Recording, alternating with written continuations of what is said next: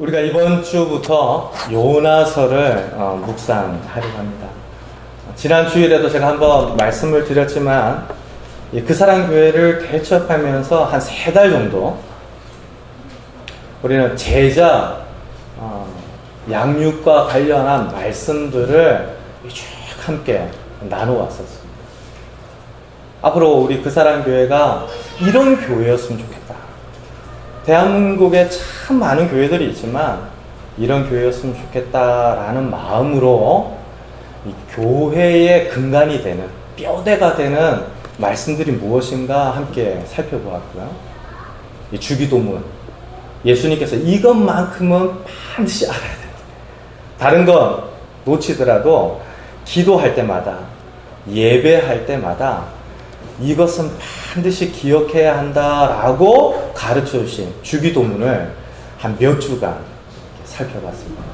주일 오후에는 그리스도인의 삶과 또 새로운 신분으로서의 우리의 신앙생활 전반을 함께 보았고요. 지금 수요일 날은 뭐 공부하고 있습니까? 기독교 기본적인 이 핵심적인 본질들, 교리들 같이 공부를 하고 있는데요. 이제 금요기도회 때 룻기를 따라서 성경책을 보기 시작했고, 주일 오후에는 마가복음을 보기 시작했습니다. 이제 주일 예배 때는 요나서를 이제 공부를 하려고 합니다. 어떻습니까? 이제까지 같이 예배를 드리면서 진리에 대한, 말씀에 대한 사모함들이 생기시죠? 더 알고 싶고 읽고 싶고 배우고 싶으시죠?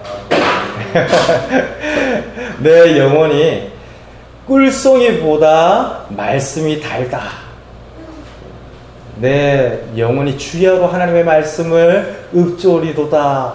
많은 믿음의 선배들이 그렇게 신앙생활을 했어요. 우리가 성경을 알아야겠다.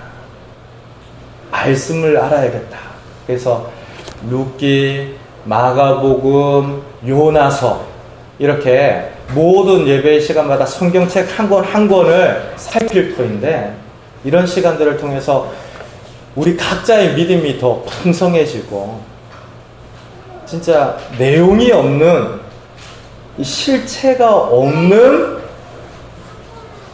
껍데기 이런 모양이 아니라 내용이 꽉 차있는, 진리의 말씀으로 꽉 차있는 저와 여러분들의 신앙이 되기를 주님의 이름으로 축원드립니다.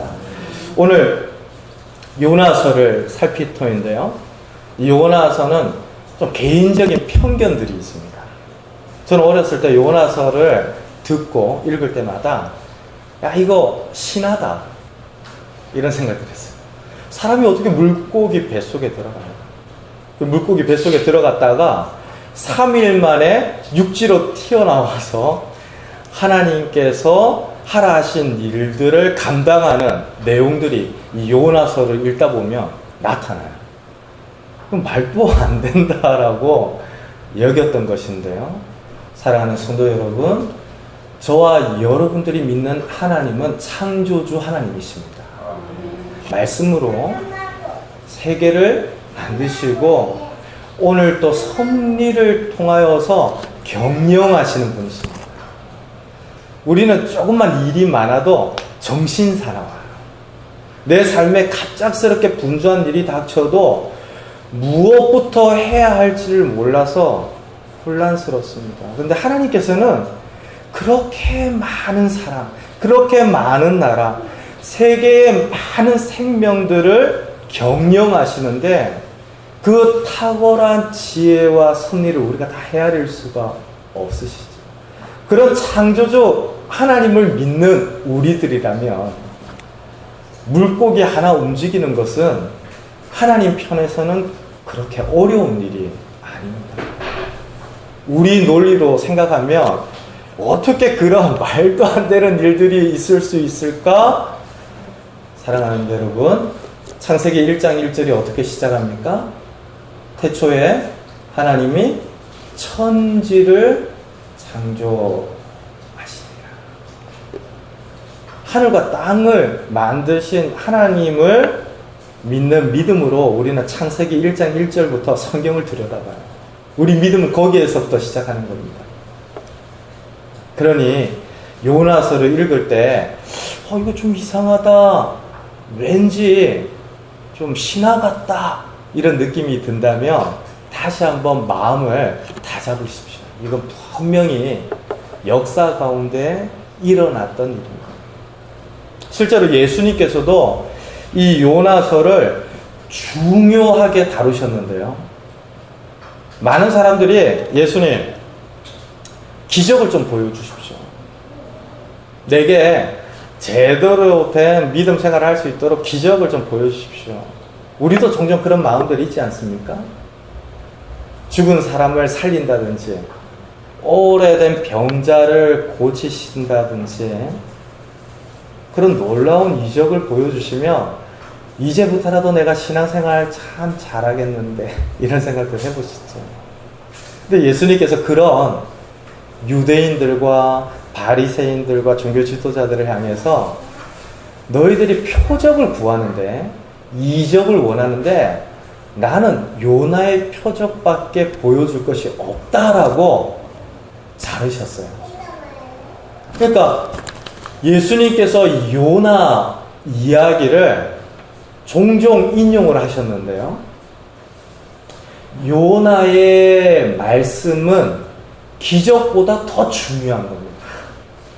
표적보다 더 중요하게 우리가 읽고 묵상해야 될 말씀인 거죠. 그러니까 신화적인 이야기가 아니라 역사 속에 너무나도 생생하게 우리들에게 주어져 있는 교훈을 담고 있는데 1절 말씀 보세요.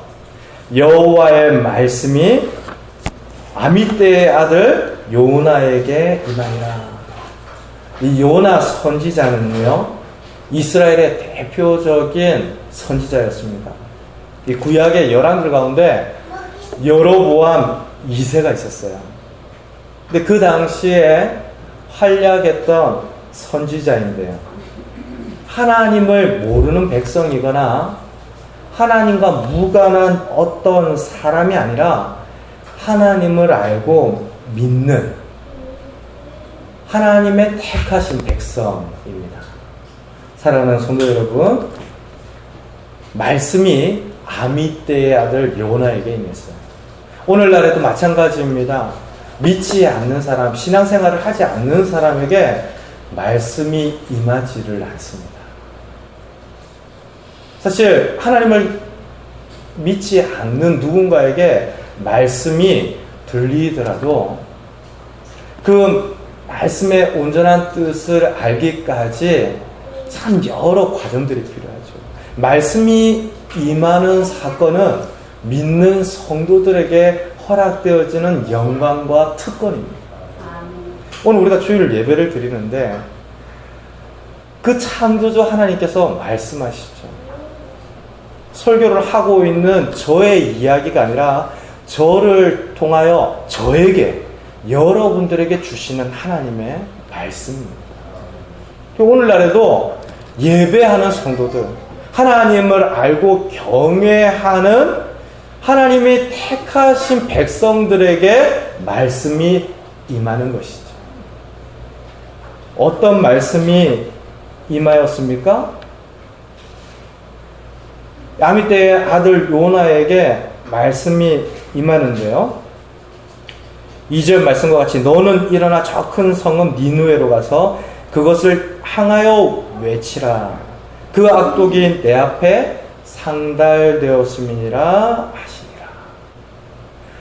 가서 일어나 외치라 라고 명령하십니다. 어려운 내용이 아닙니다. 복잡하고 미묘한 관념적인 이야기들이 아닙니다. 너무나도 선명한 메시지인데요. 내가 알고 있는 진리, 나에게 임한 말씀, 오늘 나에게 허락해 주시는 증거들을 가지고 있지만 말고 가서 외치라라는 겁니다. 우리가 종종 하나님의 말씀을 들을 때에 그런 생각들을 할 때가 있어요. 너무 모호하다. 너무 관념적이다. 목사님 가끔 우리의 현실에 대해서 너무 모르는 것 같으시다. 아니, 하나님은 내 삶의 형편들을 아신다고 하셨는데 어떤 경우에는 너무나 분명하지 않게 들린다. 아니요, 그렇지 않습니다. 사랑하는 성도 여러분, 분명합니다. 너무나도 선명하게 하나님의 뜻이 우리들 가운데 나타나는데요. 이후의 말씀들을 보면 요나 선지자가 하나님의 말씀에 불순종을 하죠. 근데 조금 놀라운 건 그 뜻이 너무 어려워서 실제적이지가 않아서 뜬구름을 잡는 것 같은 관념이어서 불순종하는 것이 아니라는 점을 기억하실 필요가 있습니다. 누군가를 용서하십시오. 우리가 누군가를 용서하기가 어려운 것은 용서하라는 말이 무슨 뜻인지를 몰라서가 아니라 용서하기에는 너무 싫은 겁니다.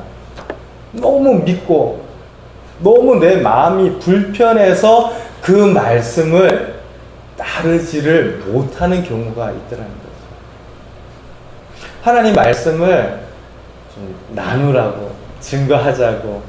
근데 그 말뜻이 무엇인지를 몰라서 따르지를 못하는 것이 아니라 낯선 누군가에게 내가 입을 열어서 복음에 대한 이야기를 하는 것이 두려운 겁니다.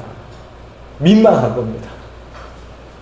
택시를 타도 복음을 이야기를 하려면 막 속으로 진정을 시키고 달래다가 이제 교회는 다니세요 하려고 하는데 그냥 내려야 되는 순간의 일은.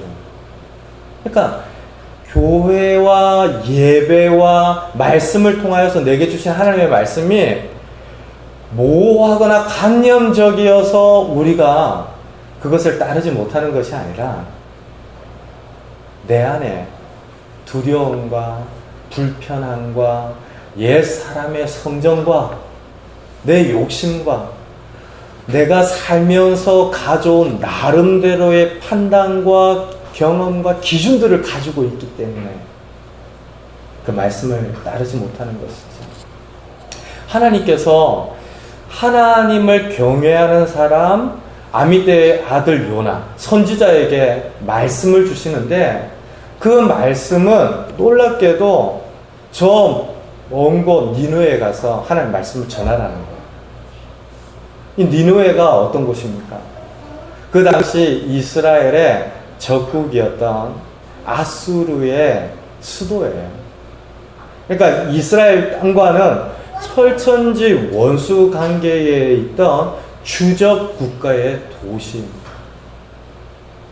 근데 그 니느웨가 큰 성읍이다라고 오늘 성경은 이야기를 하는데 높이가 한 50m 정도 되는 성벽이 둘러싸여 있던 도시였다고 합니다.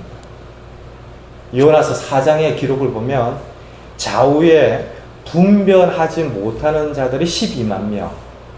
근데 좌우를 분별하지 못하는 자는 영적으로 무지하고 어리석은 사람들을 가리키는 표현이기도 하지만 어린 아이들을 지칭하는 것이다 라고 보는 사람들도 있어요. 그렇게 치면 그 니느웨라고 하는 도시 안에는 좌우를 헤아리지 못하는 12만 명 정도 어린 아이들이 있었는데 이 고고학자들이 조사하면서 탐구한 결과로는 그 당시 어린아이들이 12만 명 정도다라고 하면 성년은 60에서 100만 정도에 이르렀을 것이다 라고 추정합니다. 오늘 우리 성경이 니느웨를 저 큰 성읍이다 라고 하는 이유를 아시겠죠? 저 작은 성읍이 아니라 큰 성읍이에요. 오늘날도 인구 100만 정도면 어느 정도죠? 우리가 사는 창원이 한 100만 정도. 그러니까 옛 창원만이 아니라 마산진에 다 합쳐서 100만 정도니까 그 당시 니느웨가 얼마나 큰 성읍이었을까라는 생각들을 해볼 수 있게 되죠. 근데 그런 큰 성읍만이 아니라 악독이 가득했다라고 이야기해요. 어떤 일들이 일어났는지 자세하게 성경이 우리들에게 들려주고 있지는 않지만, 사랑하는 성도 여러분, 그 큰 성읍 니느웨가 악독이 가득했다라고 이야기하는 사실에 깜짝 놀라게 됩니다. 오늘날에 하나님께서 하나님의 사람들을 부르셔서 보내시려고 하는 곳이 영적으로 잘 준비되고 선한 곳이 아니에요. 오늘 우리를 이렇게 예배의 자리로 부르신 하나님을 찬양합니다.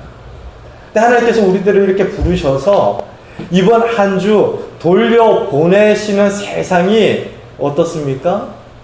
영적으로 잘 준비된 곳입니까? 선한 곳입니까? 좋은 일들만 가득한 세상입니까? 아니죠. 하나님께서 오늘날에도 하나님의 사람들을 부르셔서 보내시는 곳은 니느웨와 같은 곳입니다. 악독이 가득한 곳이에요.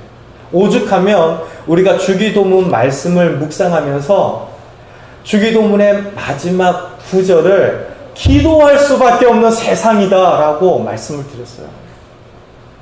어떻게 기도해야 한다고 가르치셨습니까? 주님, 시험에 들지 않게 해주십시오. 우리를 불쌍히 여겨주셔서 시험에 걸려 미끄러지거나 넘어지지 않게 해주십시오. 그리고 행여 그 시험에 이끌려서 악한 일에 빠져서 허우적거리고 그 마음이 상한 채로 매여 있는 사람들이 있다면 우리를 악에서 구하여 주옵소서. 그렇죠? 오죽하면 시험에 들지 않게 해주십시오. 악에서 구하여 주십시오라고 기도하며 살 수밖에 없는 세상이란 말이에요. 또 오늘날 예배하는 성도들을 하나님 다시 파송하십니다. 오늘 주일은 일주일의 마지막입니까? 시작입니까? 새로운 첫날이죠? 그 믿음이 저와 여러분들의 믿음이 되기를 간절히 소원합니다. 일주일을 막 정리하고 피곤해가지고 모여서 마무리로 하나님 앞에 올려드리는 날이 아니라 지난 한 주를 주 안에서 살고 말씀과 더불어서 다시 한번 힘차게 결단하고 주님의 은혜를 바라면서 시작하는 첫날이에요. 첫날. 근데 이 첫날을 통하여서 하나님께서 우리들을 보내십니다. 학교로, 직장으로, 우리 이웃들 가운데, 이 지역 가운데, 세상 가운데 보내시는데 그곳이 영적으로 선한 일들만 가득한 곳이 아니라 악독한 일들이 가득한 곳이라는 거죠. 하나님의 사람을 어떻게 이런 곳으로 보내실 수 있습니까? 놀라지 마십시오. 오늘날에도 하나님께서는 니느웨를 향하여서 하나님의 사람 요나를 보낼 뿐만 아니라 진흙탕과 같이 어지러운 세상 가운데 하나님의 사람들을 보내어서 변화시키기를 원하시고 죽어가는 사람들을 살리기를 원하시고 하나님의 뜻이 이루어지는 도구로 우리들을 사용하기를 원하십니다. 가끔 놀라죠. 아니 하나님, 저를 어떻게 이런 곳으로 보내시려고 합니까? 내 삶에 왜 이런 일들을 허락하십니까? 맞습니다. 하나님의 뜻이 무엇인지를 말씀을 통해서 한번 잘 기억해 보십시오. 그런데 충격적이게도 3절 말씀 보세요. 하나님의 사람 요나가 어떻게 합니까? 불순종하여서 하나님께서 가라 하시는 니느웨와 전혀 다른 곳으로 향하는데요. 우리 3절 말씀 다시 한번 같이 읽어볼까요? 그러나 요나가 여호와의 얼굴을 피하려고 일어나 다시스로 도망하려 하여 요바로 내려갔더니 마침 다시스로 가는 배를 만난지라. 여호와의 얼굴을 피하여 그들과 함께 다시스로 가려고 배 삭스를 주고 배에 올랐더라. 그러나 라고 하는 이 표현이 무슨 의미입니까? 분명히 기대되는 바는 하나님의 말씀이 임했으니까 그 말씀 그대로 이루어지는 것이죠. 천지를 창조하신 하나님께서 말씀하시니까 보시기에 심히 좋았더라 라고 그대로 이루어졌다라고 성경은 이야기해요. 그래서 천지 창조가 이루어졌습니다. 그리고 말씀이 임하니까 에스겔에 가득 차 있던 마른 뼈 같은 것들이 살아나고, 그렇죠? 말씀이 임하니까 사람의 인생이 변화되어지고, 말씀이 임하니까 홍해가 갈라지는 놀라운 일들이 일어났어요. 하나님께서 뜻하시고 말씀하셨을 때 우리 인생 가운데에도 너무나 큰 은혜가 있었다는 것을 저와 여러분들이 잘 압니다. 그런데 요나가 불순종해요. 말씀이 임하는데도 그 하나님의 말씀과 전혀 다르게 반응하는데요. 가라 하신 곳은 니누웨입니다. 근데 요나가 향한 곳은 다시스죠. 니누웨는 저 동쪽 끝에 있는 도시라면 이 다시스는 서쪽 끝에 있는 도시였습니다. 오늘날로 치면 저 스페인 땅끝 지역인데요. 전혀 반대의 방향을 향했던 것입니다. 불순종한 거죠. 사랑하는 성도 여러분, 하나님의 사람에게 말씀이 임합니다. 믿는 성도들에게 말씀이 들리는 것입니다. 그 말씀을 순종하는가 순종하지 않는가는 신앙생활을 하지 않는 분들에게는 사실 해당되지 않는 이야기죠. 큰일 났습니다. 교회를 다니지 않고 신앙생활을 하지 않는 분들의 경우에는 순종하는가 순종하지 않는가 따질 이유도 없는 겁니다. 하나님의 말씀이 임하는 사건이 극히 드물기 때문에, 들려도 깨닫지를 못하는 경우가 허다하기 때문이죠. 순종하는가 순종하지 않는가는 하나님을 믿는 사람에게 해당되어지는 이야기죠. 오늘 요나 선지자가 하나님의 말씀을 듣고 어떻게 행합니까? 불순종합니다. 아니, 하나님의 사람일 뿐만 아니라 선지자조차도 불순종한다면 큰일 난 겁니다. 오늘 설교를 하고 있는 목회자에 해당되어질 수 있는 이야기죠. 중직자에게도 해당되어질 수 있는 이야기입니다. 아니, 처음 교회를 나오신 분들에게도 해당되어질 수 있는 이야기입니다. 아니, 하나님의 말씀을 듣고 참 좋았는데, 감사했는데, 또 새로운 마음을 가졌는데, 거기에서부터 순종을 하느냐 순종하지 못하느냐, 그쵸? 근데 선지자조차도 하나님의 뜻과 전혀 반대의 방향을 향할 수 있다면, 사랑하는 성도 여러분, 저와 여러분들도 깨어서 경각심을 가져야 합니다. 혹시 내가 지금 달려가는 방향은 하나님과 다른 방향이면 큰일 나는 것이죠. 요나가 왜 이와 같이 하나님의 말씀이 분명한데도 다른 방향을 향해 나아갔을까요? 오늘 우리가 읽었던 3절 말씀에는 여호와의 얼굴을 피하려고 라고 되어 있습니다. 이 표현은 마치 더 이상 예배하면서 그 얼굴을 대면하기 싫어서라고 이해를 할 수 있겠는데요. 우리가 좀 쉽게 이해를 하자면 누가 굉장히 미워질 때 어떻습니까? 꼴도 보기 싫다 뭐 이런 이야기 하죠. 네. 가끔 남편 꼴도 보기 싫을 때가 있고요. 정말 가까운 사람, 뭐 자녀들도 꼴도 보기 싫을 때가 있습니다. 얼굴을 탁 피하는 거죠. 우리 교회는 자꾸 아담해서 좀 불편해도 안 볼 수가 없어요.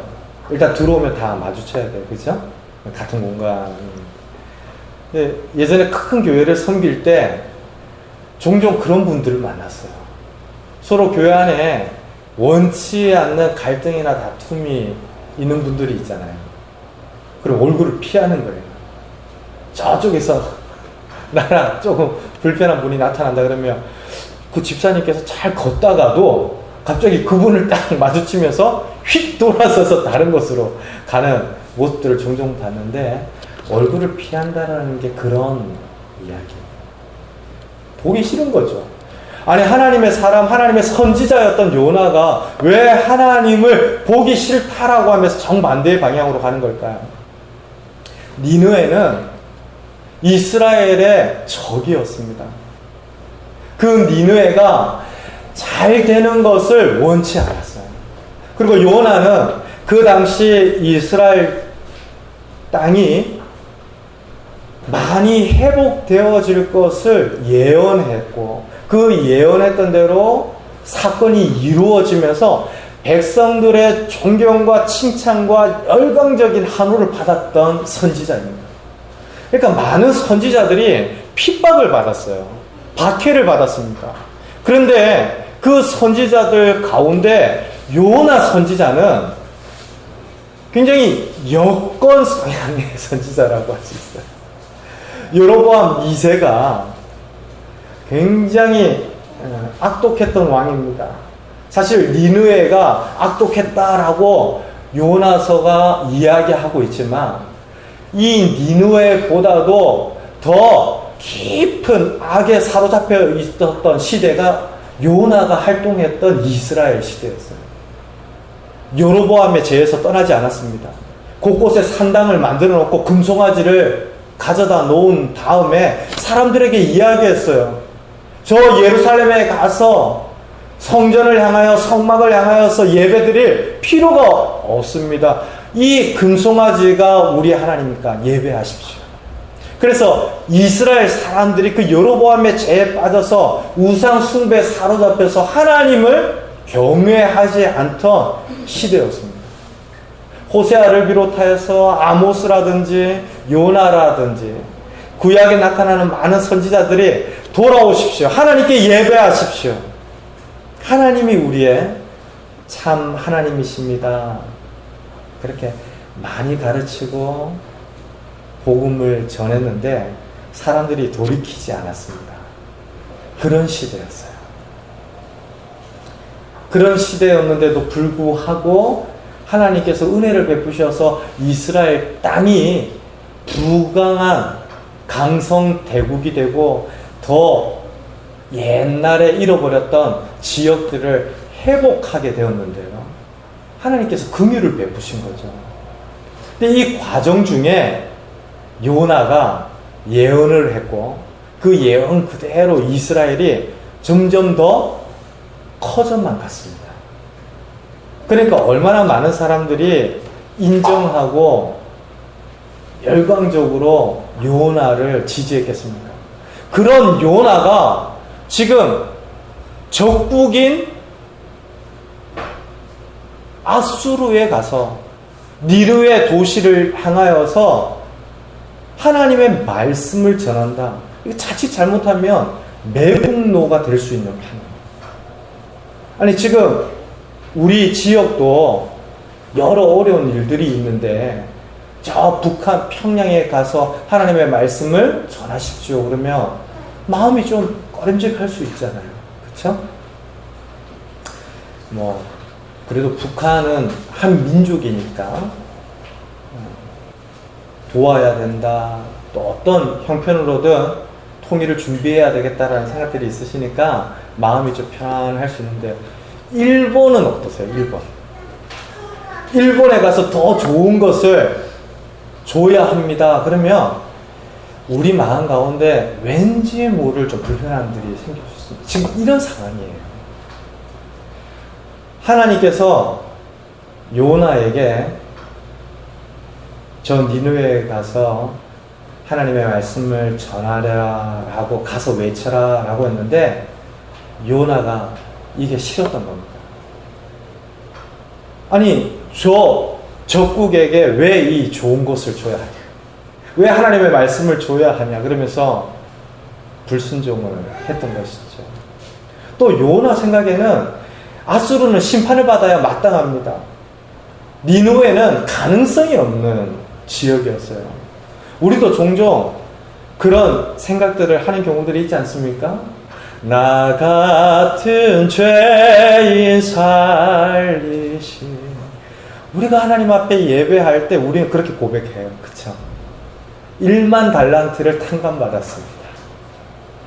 너무 큰 은혜 중에 하나님께서 날 품어주셨습니다. 내가 돌아온 탕자이지요. 그런데 신앙생활을 하다 보면 어때요? 나는 믿음 생활을 하고 예수님을 믿으니까 저 니느웨와는 전혀 다른 사람이라고 여기면서 니느웨를 판단하는 경우들이 종종 있습니다. 저 사람은 심판을 받아 마땅하고 저 사람은 잘못되는 것이 정당한 것처럼 여기는 경우들이 있습니다. 나는 하나님 믿으니까 더 좋은 것을 누려야 하고, 하나님 믿지 않는 니느웨는 심판을 받아야 마땅하다고 생각하는 것이죠. 요나가 그렇게 생각을 했어요. 그러니까 그곳에 가기 싫은 겁니다. 저것은 아예 불가능한 지역이라고 낙인을 찍고 포기를 해버린 것이죠. 사랑하는 성도 여러분, 그런 곳일지라도 하나님 포기하지 않으십니다. 하나님의 사랑은 그곳을 향하여 흐르기를 원하십니다. 그런 곳에 하나님의 사람을 보내시는 하나님의 마음과 생각을 생각해 보십시오. 근데 요나가 그게 싫었던 거예요. 그리고 진짜 요나가 그곳에 가지 않았던 이유는 요나서 4장에 나타나 있는데 우리 한번 찾아볼까요? 몇 장을 넘기시면 요나서 4장 2절 말씀인데요. 우리 같이 한번 읽겠습니다. 여호와께 기도하여 이르되 여호와여 내가 고국에 있을 때에 이러하겠다고 말씀하지 아니하였나이까. 그러므로 내가 빨리 다시스로 도망하였사오니 주께서는 은혜로우시며 자비로우시며 노하기를 더디하시며 인애가 크시사 뜻을 돌이켜 재앙을 내리지 아니하시는 하나님이신 줄을 내가 알았음이니이다. 하나님을 알았다는 거예요. 하나님을 몰라서 불순종한 것이 아니라 하나님이 어떤 일을 행하실지 혹시나 하는 마음에 오히려 불순종했다는 겁니다. 니느웨에 하나님의 말씀이 증거되어지며 니느웨 사람들 중에 분명히 돌이키는 사람들이 있을 것이고, 그 악독이 가득했던 니느웨의 사람들이 회개하면 하나님께서 심판을 작정하셨다가도 그 심판을 하지 아니하시고 용서하실 것을, 사랑을 베풀어 주실 것을, 은혜를 더하여 주시는 하나님이신 것을 알고 피했다라는 겁니다. 사랑하는 성도 여러분, 놀랍지 않습니까? 우리가 하나님의 뜻을 몰라서 불순종하는 경우들도 있지만요, 아는데 그 뜻을 순종하지 못하는 경우들이 있어요. 하나님의 생각을 몰라서 불순종하는 경우도 있겠죠.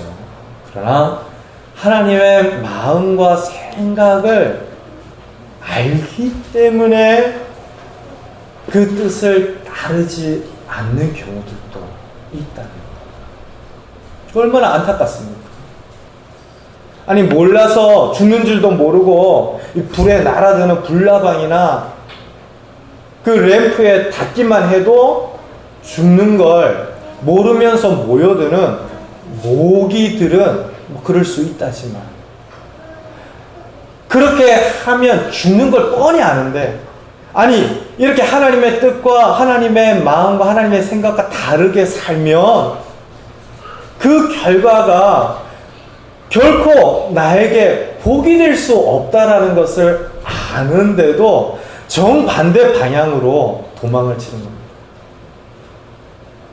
그렇게 하나님이 가라 하신 니느웨로 가지 않고 다시스로 향하는 요나에게 일어나는 일을 오늘 우리가 읽었던 말씀은 들려주고 있는데요. 3절 말씀에 독특한 동사가 반복되어지고 있어요. 내려갔다, 내려갔다 라고 이야기합니다. 욥바로 내려갔죠.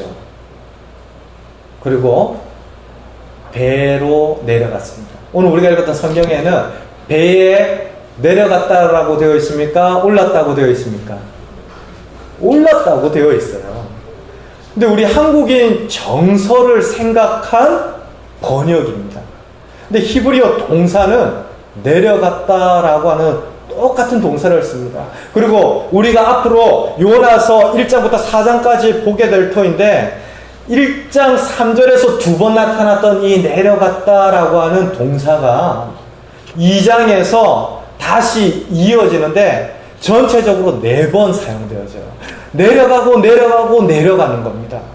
하나님의 뜻과 반대로 정반대로 자신의 생각을 따라서 다시스로 가니까 내려가고 내려가고 내려가는데 어디까지 내려갑니까? 배 밑에서 물고기 뱃속까지, 그리고 물고기 뱃속에서 저 깊은 해저, 산의 뿔이라고 할 수 있는 바다, 밑바닥까지 내려가는 것을 보죠. 사랑하는 성도 여러분, 하나님의 뜻과 다르게 나아가는 경우들이 있습니다. 근데 아실 겁니다. 하나님의 말씀 안에서 내가 참 기쁘고 새로운 마음들을 동여매고 거룩한 결단들이 생기시죠? 우리에게 주신 하나님의 말씀을 따라서 내가 이번 한 주는 이렇게 살아야겠다, 이런 소원들을 하나님 우리 모두에게 주시는 줄 믿습니다. 그렇게 살아갈 때 누리는 영광과 감사와 기쁨 우리들 맛보아서 알고 있습니다. 근데 정반대로 하나님이 가라 하시는 그곳으로 가지 않고 반대로 행하면 어떻습니까? 가라앉아요. 더 어리석어지고 우리의 마음이 계속해서 침체되어지는데 내려가고 내려가고 내려가죠. 지금 요나는 내려갔다가 금방 올라옵니다. 운전 면허로 치자면 속성반으로 내려갔다가 바닥을 치고 다시 올라오는 거예요. 근데 제가 신앙생활을 하고 사역을 하면서 많은 분들을 지켜보고 섬기니까요, 하나님의 말씀이 임하는데 하나님의 뜻이 분명히 우리 가운데 나타나고 하나님이 바라시는 바가 있는데 그것과 무관하게 계속해서 다시스로 가려고 할 때 내려가고 내려가고 내려가는데 몇 년씩 침체되고 영적으로 힘들어하고 몇 년 동안 눈이 가려워져 어두워지는 많은 성도님들을 보면서 너무 마음이 안타까웠어요. 내려가고 내려가는 것이죠. 근데 내려가는 중에 배를 만나는데 보세요. 성경에 그 배가 마침 요나 앞에 딱 준비되어 있던 것처럼 이야기를 하죠. 마침 다시스로 가는 배를 만났더라라고 이야기합니다. 하나님의 뜻과 다르게 우리가 불순종할 때 하나님께서 딱 나타나셔서 모든 이 상황을 막아주시고, 수송아, 너 그렇게 가다가는 큰일 난다라고 다 길이 막혀버리게 해주신다면 우리 불순종하는 일이 없지 않겠어요? 뭐 이런 생각들도 해볼 수 있겠지만, 마침 다시스로 가는 배를 요나가 만납니다. 일이 술술 잘 풀려간다고 좋은 게 아닙니다. 지난주에 우리가 성도들에게는 반드시 시험이라고 하는 과정이 있다고 말씀드렸죠? 진리를 따라 살아가려면 장애물 만납니다. 내가 이번 주에 주신 말씀을 따라서 이제는 요나처럼 반대를 향해 사는 것이 아니라 하나님 주시는 말씀과 뜻 안에서 살겠다라고 결단하시면 이번 주에 틀림없이 우리를 대적하는 사단과 마귀의 태클들 만날 수 있습니다. 왜냐하면 더 이상 경기를 지켜보는 관중이 아니라 그라운드에서 뛰는 실제적인 진리의 선수들이 되었기 때문인데, 내가 말씀 붙들고 산다라는 것이 그런 의미죠. 근데 지금 요나가 하나님의 뜻과 전혀 다른 방향으로 나아가는데, 불순종하는데, 그렇죠? 마침 배를 만납니다. 너무 일이 잘 풀려가는 겁니다. 사랑하는 성도 여러분, 아무 일도 일어나지 않는다고 괜찮은 게 아닙니다. 하나님과 단절되어지고 하나님과 어긋났는데 아직은 푸르다고 이 나무 줄기에서 꺾여진 가지가 푸르다고 사는 것이 아닙니다. 오래 버티지를 못하는 거죠. 요나가 하나님과 잘못된 방향으로 가는 중에 마침 배를 만났는데도 그 배를 타고 밑으로 내려가고 침잠하고 바다 끝까지 가라앉는 모습을 보면, 야, 하나님과 무관하게 사는 인생의 결과가 무엇일까 우리는 알게 됩니다. 그런데 하나 더 놀라운 것은 요나가 배 삭을 주고 그 배에 올라타죠. 값을 치른다는 겁니다. 오늘날에도 우리가 어딘가로 여행을 가면 비용을 지불합니다. 그리고 시간을 들이죠. 사랑하는 성도 여러분, 하나님과 무관하게 살아가는 그 일에도, 하나님과 정반대의 방향을 향해 나아가는 그 일에도 시간이 들고 돈이 들고 여러분들의 삶에 헌신이 들어갑니다. 이건 너무 충격적인 일이죠. 하나님을 위하여 사는 일에도 우리의 물질과 우리의 시간과 우리의 헌신이 필요한데, 지금 하나님의 뜻과 무관하게 살아가는 그 일에도 돈이 들어요. 삭슬 지불하고 그 배에 올라탑니다. 오늘날 많은 사람들이 하나님께서 허락하여 주신 시간과 인생을 그렇게 살아갑니다. 하나님께서 우리에게 주신 거룩하신 목적, 이 땅에 우리들을 세우신 그 존귀한 영광과 특권과 사명은 생각하지 않고, 나 한 사람 잘 되는 거, 나 한 사람 복 받고 많은 사람들의 인정을 받으며 사는 것을 생각하면서 돈 벌기를 원하고, 더 넓은 집 가지기를 원하고, 더 내 삶에 좋은 일이 생기기를 원하는 그 일에도 돈이 들고 시간이 들고 에너지가 들더라는 것이죠. 하나님의 말씀을 따라 니느웨로 가는 그 일에도 우리의 삶이 들어가는 겁니다. 그 반대로 하나님의 뜻과 무관하게 살아가는 그 일에도 백삭시 들어가고 우리의 헌신이 들어가는 거예요. 사랑하는 성도 여러분, 그렇다면 우리가 우리 인생을 살아가면서 어디를 향해야 하겠습니까? 무엇을 위하여 살아야 하겠습니까? 하나님의 말씀이 이루어지는 그 일, 하나님께서 가라 하신 그곳을 향해 가는 그 일을 위하여 저와 여러분들의 삶이 쓰여지기를 주님의 이름으로 축원합니다. 그렇게 하나님의 뜻이 이루어지는 그 일을 위해서 우리는 순종하며 사는 것이죠. 하나님께서 이와 같이 요나에게 가라 하신 이유가 있습니다. 니느웨가 돌이키는 일들을 통하여서 이스라엘을 깨우려고 하신 거죠. 하나님을 알지 못하는 이방인들조차도 요나가 전한 복음을 통하여서 하나님께 무릎 꿇는 모습을 보면서 그렇게 많은 선지자들을 통하여서 돌아오지 않는 이스라엘에게 경종을 울리기 위함입니다. 그리고 이 요나로 대표되어지는 이스라엘 사람들에게 너 혼자만 생각하면서 살지 마라.